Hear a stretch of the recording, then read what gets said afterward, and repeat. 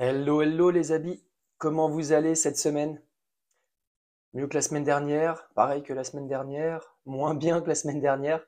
Bon écoutez, ça va plutôt bien. J'ai bien avancé sur la partie nettoyage, préparation des cadres, visite extérieure des ruches. J'ai pu y aller une petite fois rapidement cette semaine, donc c'était plutôt pas mal. D'ailleurs, à ce sujet, comme promis la semaine dernière, la vidéo de cette semaine porte sur que faire au rucher et à l'atelier en attendant le printemps, c'est-à-dire décembre, janvier, février, mars, avant la visite de printemps. Alors j'ai essayé de faire mois par mois à partir du mois de janvier parce que décembre, on fait pas grand-chose en décembre, hein. On fait un peu comme les abeilles, on se repose de la saison passée et on attend tranquillement les mois de janvier, février, mars pour s'occuper au rucher, à l'atelier, préparer la saison qui arrive, etc. Donc l'idée, ça va être de faire janvier, février, mars et de parler des différents sujets, la pluie et le beau temps, et ce qu'on fait au rucher, sur les ruches, ce qu'on fait à l'atelier, etc. Juste avant, s'il vous plaît, n'oubliez pas, abonnez-vous, défoncez le petit pouce en haut, partagez, c'est important pour moi, pour le référencement, ça me motive à faire du contenu le plus intéressant possible, je l'espère. Voilà, c'est une petite forme de motivation, même si évidemment j'ai pas besoin de ça, je le fais par passion et par plaisir, mais c'est un petit coup de pouce. Maintenant que tout ça est dit, on passe au vif du sujet. Que faire au rucher et à l'atelier en attendant le printemps? Allez, c'est parti!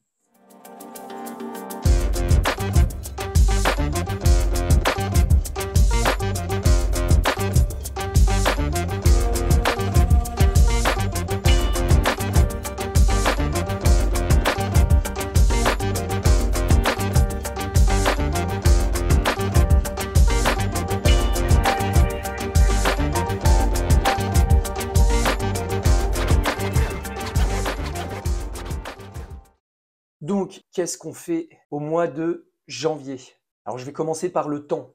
Au mois de janvier, le temps, alors ça dépend des régions, évidemment. Je vais prendre mon cas personnel. Moi, je suis en Normandie, hein, donc nord-ouest par rapport à tous ceux qui sont en bas. Donc temps normand, temps d'ouest. Donc ça peut différer en fonction des régions, en fonction de ceux qui sont sud-ouest, sud-est, sud-Méditerranée, montagne, etc. Donc voilà, il ne faut pas prendre mon cas pour une généralité, hein. Je vais essayer d'être assez global, hein, parce que en fonction des régions, l'hiver, le printemps, l'été est à peu près, j'allais dire à peu près le même, non, mais il est presque le même, c'est juste que les mois ne seront pas les mêmes. Ce que je fais moi fin février-mars, ceux qui sont dans le sud, sud-ouest, sud-est vont peut-être le faire déjà en février, parce qu'il va faire plus beau, plus chaud de bonne heure. Donc voilà, tout ne se fait pas à la même période en fonction de la région où on est. Donc, niveau du temps en Normandie, décembre, janvier, hein, c'est voilà, c'est encore l'hiver, hein, on fait pas grand chose. C'est un temps pluvieux pour les hivers les plus doux, froid et sec avec de temps en temps de la neige pour les hivers les plus froids, enfin pour les vrais hivers, même si les hivers ont tendance à se réchauffer de plus en plus. Mais voilà, décembre, janvier, on ne fait pas grand-chose au rucher. On fait quand même quelques trucs, mais on fait pas grand-chose au niveau des ruches en tout cas, parce que ben voilà, le temps est pluvieux, le temps est froid. Il fait nuit assez tôt encore, donc voilà, on fait pas grand-chose durant la journée, hein. Ensuite, partie floraison. Bon, c'est comme le temps, hein, la floraison. Les arbres, les fleurs, les plantes sont en mode sommeil aussi, un peu comme les abeilles. Il n'y a pas grand-chose. Il n'y a pas grand-chose qui fleurit, hein, tout le monde est au repos. Tout le monde attend gentiment mi-février, mars, et puis la saison qui suit pour j'allais dire, revivre à nouveau. En tout cas, pour refleurir et reprendre vie. Ensuite, qu'est-ce qu'on fait à l'atelier? Alors, il y a plusieurs choses, parce que évidemment, à cette période-là, comme il fait froid et que les journées sont assez courtes, on va passer un petit peu plus de temps à l'atelier. Donc, qu'est-ce qu'on peut faire au mois de janvier à l'atelier? On peut fondre les cadres, fondre les vieux cadres, fondre la cire, du coup, hein, ça va de soi. Récupérer la cire si elle est bonne, si ce n'est pas de la cire qui vient des vieux cadres. pour éviter les cires pleines de traitements, etc. Alors on peut fondre cette cire et l'utiliser pour faire des petites bougies, hein, mais on ne l'utilise pas dans l'idéal pour refaire des gaufres cirés à remettre dans les cadres de corps. Idéalement, on évite ça. Donc on les fond, on les nettoie idéalement pour bien les désinfecter. En parlant de désinfection, on nettoie les corps de ruche, les hausses au chalumeau, si c'est des ruches en bois. Ou alors après, un désinfectant à l'eau de javel, un petit peu d'eau de javel mélangée à de l'eau tiède, etc. Pour les ruches plastiques ou autres. D'ailleurs, pour les outils plastiques, en général, c'est voilà, un petit peu d'eau de javel, ou il existe des produits aussi un peu plus naturels, mais pour bien désinfecter, une petite solution à l'eau de javel, c'est le top. J'ai eu dans le commentaire la semaine dernière quelqu'un qui me disait qu'il nettoyait ses couvre-cadres plastiques Nico au chalumeau. Moi, comme je l'ai dit, je ne m'y risque pas, hein. Je pars du principe que pour bien désinfecter, il faut bien chauffer. Alors voilà, je n'ose pas bien chauffer du coup les couvre-cadres, les corps de ruche, les fonds Nico, enfin tout ce qu'il y a en plastique, parce que le fait de bien chauffer, j'aurais peur de brûler. Mais c'est une solution, apparemment ça marche pour lui, donc effectivement il l'a partagé. Si ça fonctionne, ça peut être attesté. Ensuite, troisième point, qu'est-ce qu'on peut faire? Eh ben, on peut préparer les cadres de corps et de hausse. Donc quand je dis préparer, c'est poser les feuilles de cire. Parce que mettre des cadres comme ça vides, surtout en début de saison, j'ai déjà fait l'erreur. Ça fonctionne, hein, elles vont cirer, hein, mais ça peut être un peu anarchique. Ça peut être du couvain de mâle à un endroit, juste en haut, elles vont construire des cellules d'ouvrières, et puis tout le reste au milieu, en bas, ça va être du couvain de mâle. Donc voilà, ça fait pas des beaux cadres.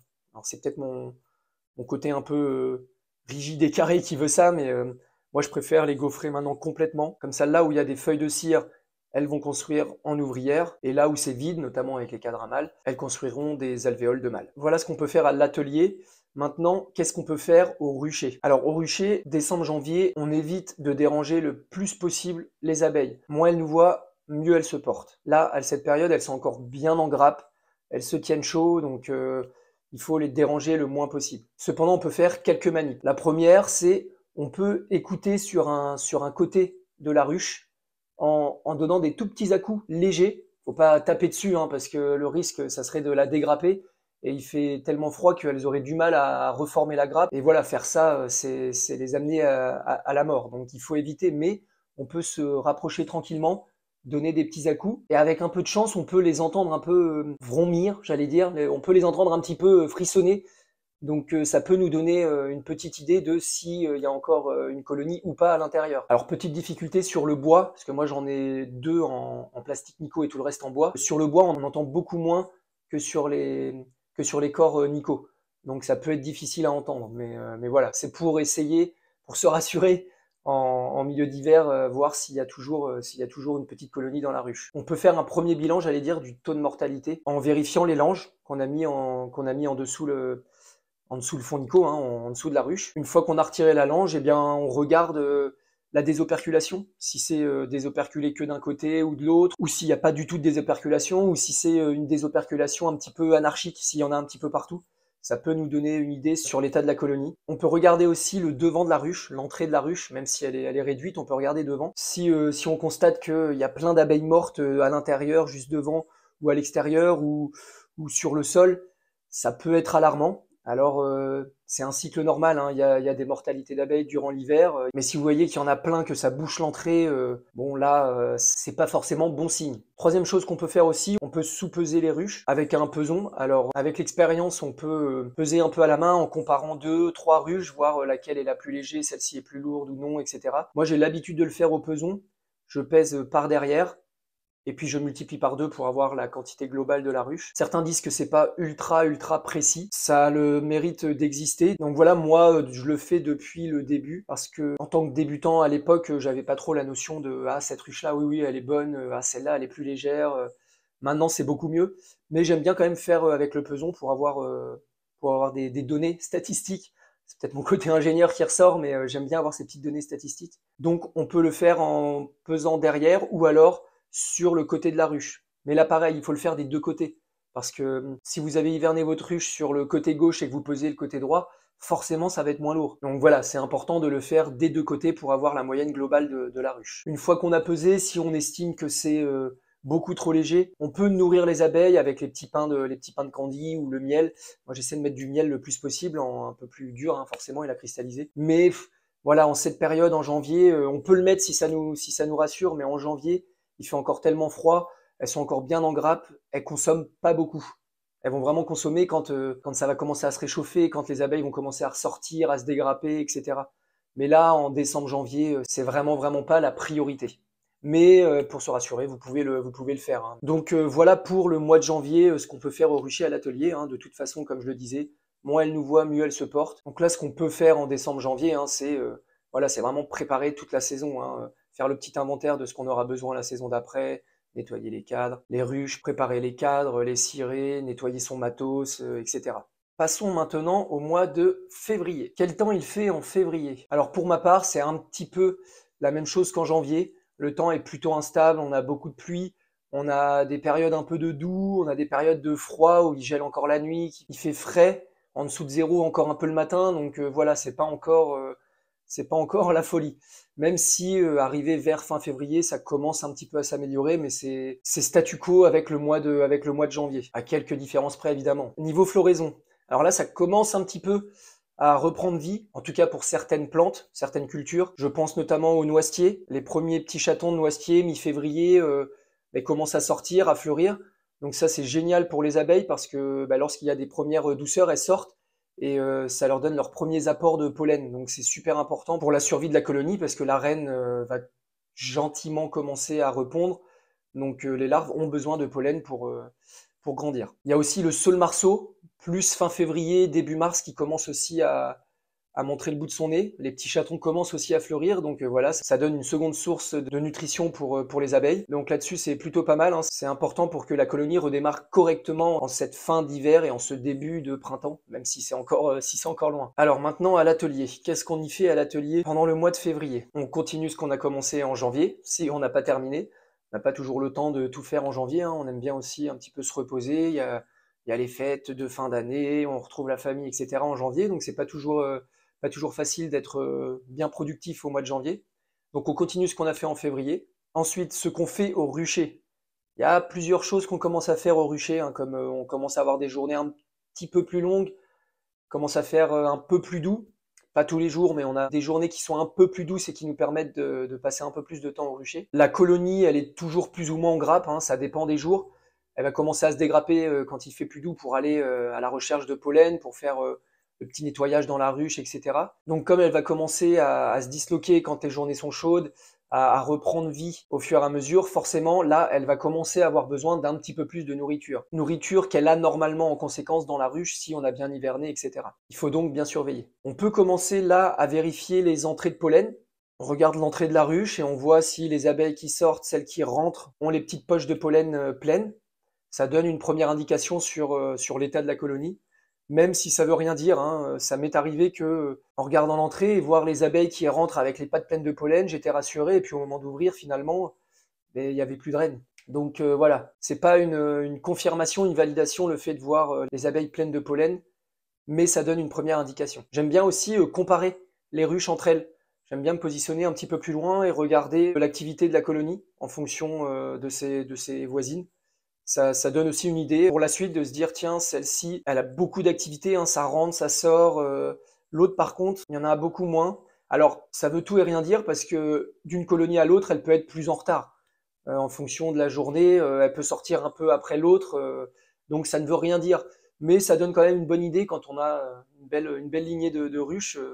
Ça permet quand même de se faire une petite idée sur celles qui sont peut-être un peu plus en retard ou non que les autres. On peut, une seconde fois, sous-peser les ruches, mais cette fois-ci vraiment dans l'optique de vérifier si par rapport au mois précédent, il y a eu une forte baisse ou non du poids de la ruche, ce qui signifierait qu'elles ont quand même consommé en conséquence, qu'il y a beaucoup moins de réserves. Donc pour peser les ruches, comme je le disais précédemment pour le mois de janvier, on pèse avec un peson, sur l'arrière on multiplie par 2, ou on pèse les deux côtés, ou on fait à la main si vous êtes plus expérimenté, là il y a plusieurs écoles. Si vous avez la chance d'être au rucher par une belle journée où il fait 15, 16, 18 degrés, oui, ça arrive même chez nous en Normandie, malheureusement, hein, les hivers sont de plus en plus doux. Mais si vous avez la possibilité sur des belles journées d'être au rucher, en plus d'avoir pesé, eh bien vous pouvez ouvrir rapidement la ruche. On sort pas les cadres du milieu où il y a potentiellement le couvain. mais on peut ouvrir rapidement et regarder rapidement les cadres de rive, voir un petit peu ce qui reste niveau réserve. Est-ce que les cadres sont encore pleins? Est-ce qu'il y en a plus beaucoup? Est-ce que c'est à la moitié?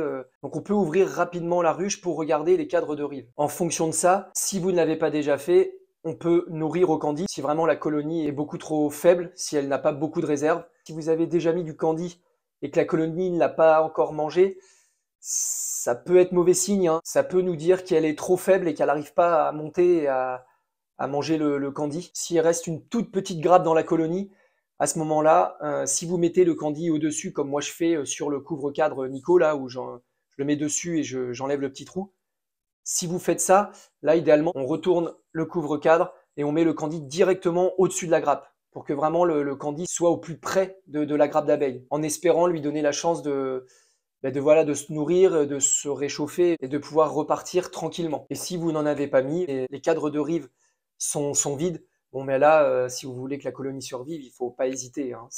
Faut nourrir, soit au miel si vous en avez de côté comme moi je fais, ou des petits pains de candy qui sont tout aussi bons, hein, évidemment. Mais il faut pas hésiter. On ne peut pas laisser une colonie mourir si on a ouvert et qu'on a constaté que elle est pas très très bien. Donc voilà, à partir de tout ça, on sait s'il y a besoin de nourrir ou pas, si les colonies sont OK ou non, en fonction de l'ouverture des cadres de réserve, en fonction aussi de si vous aviez mis un pain de candy avant et qu'il n'est toujours pas mangé et qu'il y a une toute petite grappe. Voilà, on sait ce qu'il faut faire à partir de tous ces points-là. Attention,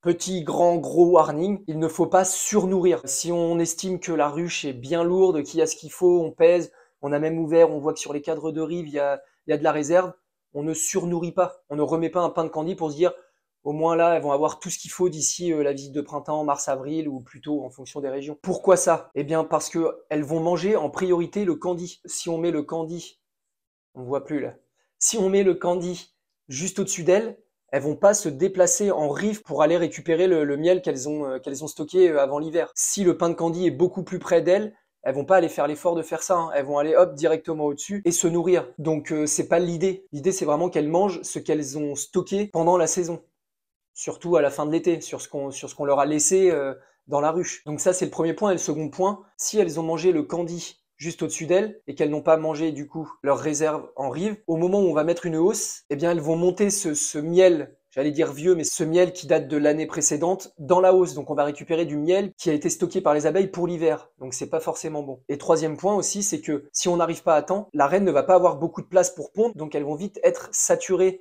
en termes de nombre d'abeilles par rapport au nombre de cadres, et ça peut potentiellement déclencher un essaimage précoce. Si on vient voir qu'au moment de la visite de printemps, c'est fort possible que durant les premiers jours, par manque de place, la reine et une partie des abeilles partent parce que malheureusement elles n'avaient pas assez de place, juste parce qu'on avait mis du candy et qu'elles n'ont pas mangé les cadres de rive. Donc voilà, il faut faire très attention là-dessus.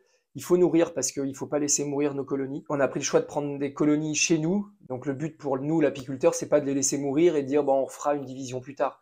Non, on a une colonie qu'on a réussi à garder pour l'hiver, donc on l'entretient et on la garde en meilleure santé possible, du mieux possible. Et dernier point, de ce qu'on peut faire aux ruchers en février, on peut, si on le souhaite, déplacer les ruches sans les secouer, les cogner, parce que certaines sont encore en grappe. Donc on peut, si on le souhaite, déplacer certaines ruches si on veut réaménager notre rucher. C'est vraiment le dernier carin parce que les abeilles, certaines sont déjà sorties, certaines ont fait déjà des vols de repérage et tout, donc voilà, il faut les bouger, mais il faut pas trop attendre parce qu'après, toutes les premières abeilles qui vont avoir fait leur vol de repérage vont sortir et elles vont revenir à leur ancien emplacement. Ça peut affaiblir la colonie s'il y en a beaucoup trop qui sortent et qui ne reviennent pas au bon endroit. Que faire aux ruchers pour résumer? On surveille les entrées de pollen, on compare l'activité des ruches entre elles. Si le temps s'y prête, on peut ouvrir les ruches et regarder rapidement les cadres de rive pour voir la quantité de réserve. On nourrit si nécessaire avec les différentes méthodes énoncées précédemment. Et surtout, attention, on ne surnourrit pas. Passons au mois de mars.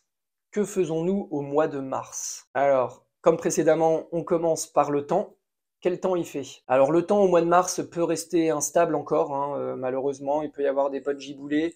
On peut encore avoir des gelées au mois de mars. Ça dépend des régions, toujours. Mais les journées un peu plus chaudes commencent à arriver, les jours se rallongent un petit peu, donc ça devient beaucoup plus intéressant. En termes de floraison, bon ben là, les noisetiers sont en pleine fleur, hein, les chatons sont bien fleuris, Les abeilles, elles se jettent dessus. Il y a tout ce qu'il faut en termes de pollen pour les abeilles. Donc ça, c'est super. Les perce-neige, les primes-verts commencent à fleurir tout doucement pour les coins les plus ensoleillés. Les chatons des saules marceaux commencent à bien sortir aussi. Donc ça apporte une fois de plus une source supplémentaire de pollen pour les abeilles. Et pour les coins les plus ensoleillés, ceux qui sont orientés plein sud, qui ont le soleil une bonne partie de la journée, on peut commencer à voir les premières fleurs des pruneliers et d'aubépines, mais ça reste gentil, hein. Mais ces plantes commencent tout doucement à fleurir courant mars, fin mars, début avril. À l'atelier, qu'est-ce qu'on fait? Bon, normalement, arrivé en mars, on a fait la majorité de ce qu'on doit faire pour être prêt pour la saison. Donc si toutefois on n'avait pas encore terminé tout ce qu'on avait entrepris, bah, c'est le moment de continuer et de terminer, parce que après fin mars, avril, tout ça, c'est vraiment la saison qui commence, donc c'est pas le moment de penser à devoir cirer ses cadres, à se dire oh punaise, il me manque des cadres, il faut que j'en recommande, ou il faut que j'aille en acheter, à nettoyer ses équipements, etc. Là, il faut vraiment que le matos, les ruches, les cadres, nos combis, nos outils, bref, tout ce qu'il faut pour aller au rucher, pour entretenir les ruches, pour gérer les ruches, il faut que tout ça soit à peu près prêt à 90%, pour pas dire 99,9% prêt pour aller au rucher. Ensuite, qu'est-ce qu'on fait au rucher? Là, on peut faire comme en janvier, mais en étant un petit peu plus rassuré, parce que logiquement, on a des belles journées vraiment, et on a même potentiellement plusieurs belles journées consécutives, donc c'est vraiment bien. Dans le cas où on ouvre la ruche pour vérifier les cadres de rive, toujours pareil, hein, on s'arrête dès qu'on voit qu'il y a potentiellement du couvain sur les cadres. On sort pas les cadres de couvain comme ça pour regarder, hein. Si vraiment il y a une journée à 18-20, on peut sortir rapidement, voir si l'état du couvain est beau. Mais l'idée, non, c'est de laisser le couvain dans la ruche. On sort vraiment que les cadres de rive pour là vraiment prendre le temps de vérifier ce qu'on a en réserve. Parce que là, au mois de mars, il va y avoir de plus en plus d'activités. Elles vont commencer à consommer vraiment de plus en plus. Donc c'est important qu'elles aient le nécessaire pour bien se développer. Deuxième point, si vous avez mis des réducteurs de ruche, les portes d'entrée réduites, les portes évolutives, les portes anti-frelons, etc.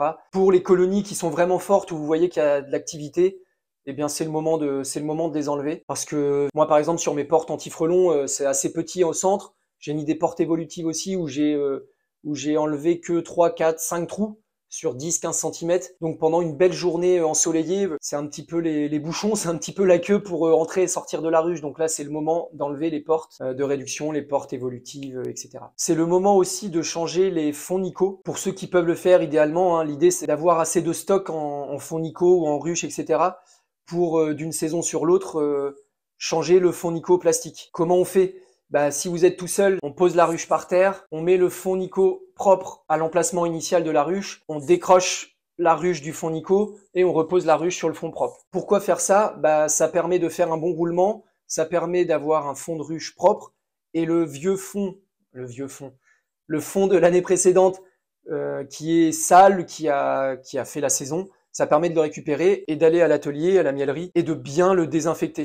Alors là, soit au chalumeau, pour ceux qui aiment le risque, ou pour ceux qui sont confiants et qui ont l'habitude de faire ça, ou à la petite solution eau de javel, etc., pour bien désinfecter le corps de ruche. C'est important de le faire, hein, ça évite quand même d'entretenir les potentielles maladies, etc. Ça permet d'avoir une ruche sanitairement parlant propre. On regarde s'il n'y a pas de signe de maladie lorsqu'on ouvre la ruche, s'il n'y a pas de signe de nausémose, de diarrhée au-dessus des cadres de ruche, ou aussi à l'entrée de la porte, s'il n'y a pas trop de mortalité, si les entrées sont pas bouchées, s'il n'y a pas s'il n'y a pas de diarrhée, etc. devant l'entrée. C'est important de faire cet état des lieux à la fin de l'hiver, juste avant la reprise de la saison. Point important aussi, c'est le moment de poser les pièges à frelons. Les pièges à frelons asiatiques. Pourquoi? Parce que en posant les pièges à frelons à cette période et en mettant le petit appât qui va bien. Concernant le petit appât, moi j'aime bien mettre l'appât à maison, hein, la petite recette de grand-mère, j'allais dire le petit vin blanc, le sirop de grenadine ou de fruits ou de fraises avec de la bière, ça les attire plutôt bien. Donc mettre le piège à frelons, pourquoi? Parce qu'à cette période, on va piéger les fondatrices, l'équivalent des reines pour nos petites abeilles. On va piéger les fondatrices. Et c'est important parce que ce sont les fondatrices qui vont aller après populer et qui vont aller faire des nids un petit peu partout. Donc plus on attrape de fondatrices et plus on a de chances d'éviter d'avoir des nids partout autour de nous. 6e point, très important aussi, c'est la pose des abreuvoirs. C'est important de mettre des abreuvoirs maintenant. Pourquoi?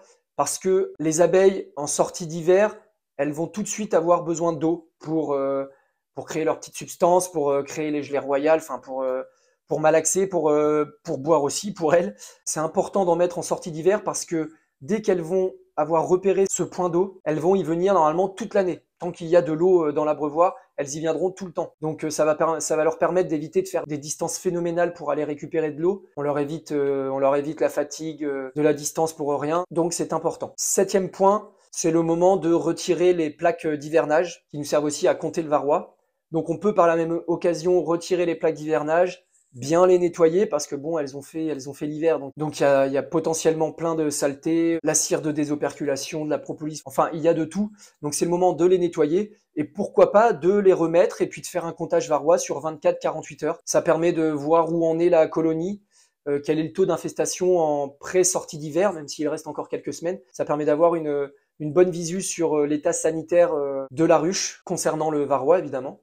Donc voilà, petit comptage, et si vraiment vous constatez que y a une très grosse infestation, hein, je rappelle un varroa maximum par jour, normalement par ruche. Donc si on voit qu'une ruche est beaucoup trop infestée, c'est l'occasion de refaire un petit traitement flash à l'acide oxalique pour essayer de diminuer la pression du varroa. Alors ça ne tuera pas le varroa qui s'est inséré gentiment dans les alvéoles où la reine a récemment pondu, mais ça va permettre d'éliminer le plus possible le varroa phorétique. Normalement, si les traitements en saison et en hiver a été fait, les colonies devraient être plutôt pas mal. Mais c'est des choses qui peuvent arriver, hein, malheureusement, le varroa est très résistant et il se développe très très bien, donc à nous d'être vigilants. Et ensuite, 8e point, pour finir, eh bien rien du tout. On devrait patienter encore quelques jours, semaines, pour réaliser la visite de printemps. La visite tant attendue pendant l'hiver. Moi, en général, je la fais fin mars. L'année dernière, je l'ai faite le 24 mars. Donc voilà, idéalement, si on fait toute cette visite, tout ce qu'on fait là, début mi-mars, en fonction du temps, évidemment, hein, puisqu'on est obligé de suivre et de faire en fonction du temps. Mais si le temps le permet, d'ici fin mars, début avril, ça devrait être la visite de printemps. Alors encore une fois, en fonction des régions, en fonction des lieux, de l'altitude, etc., certains vont avoir fait la visite de printemps début mars, fin février, enfin ça dépend des régions.